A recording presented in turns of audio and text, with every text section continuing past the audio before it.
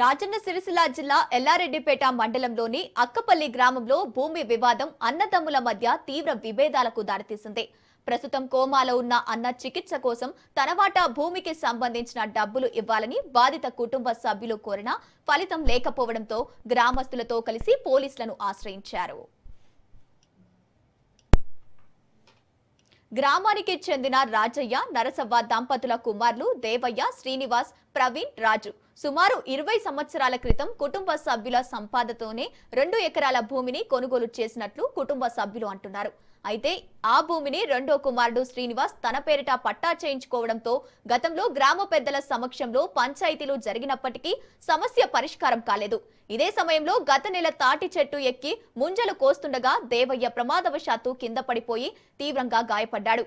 ప్రస్తుతం కోమా స్థితిలో చికిత్స పొందుతున్న దేవయ్య వైద్యం కోసం తమ వాటా భూమికి సంబంధించిన డబ్బులు ఇవ్వాలని శ్రీనివాస్ ను పలుమార్లు కోరినా స్పందించలేదు.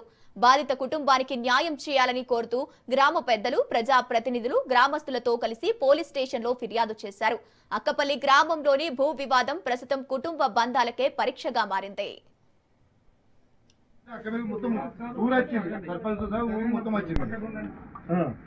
అక్కపల్లి ఊరు మొత్తం వచ్చినాం వీళ్ళకి న్యాయం చేయడానికి. అదే స్టేషన్లో గ్రామ రెండో బాబాయ్ అయిన శ్రీనివాస్ పట్ట వేసుకుంటాం కదా నాకు మాకు తెలియకుండా దానికి మేము 1,10,000 రూపాయలు కట్టినా కూడా మాకు పట్ట వేస్తలేడు. మమ్మల్ని 15 సంవత్సరాల నుండి అటు ఇటు హింసలు పెడుతుంది, తిడుతుంది, కొట్టిండు, అన్నీ చేసింది. మాకు పట్ట చేస్తలేడు. మమ్మల్ని బాగా ఇబ్బంది గుర్తిస్తుంది. మా నాన్న మా 4 ఆడపిల్లలు సాదుకోవడానికి తాడి చెట్టు నుంచి కింద పడ్డాడు. ఇప్పుడు చావు బతుకుల మధ్యలో ఉన్నాడు, సీరియస్ ఉన్నాడు. మాకు డబ్బులు కావాలి. మా పేరు మీద, మా నాన్న పేరు మీద పట్ట కావాలని మేము కలెక్టర్ గారిని, ఎంఆర్ఓ గారిని కోరుకుంటున్నాం. మాకు న్యాయం జరగాలి.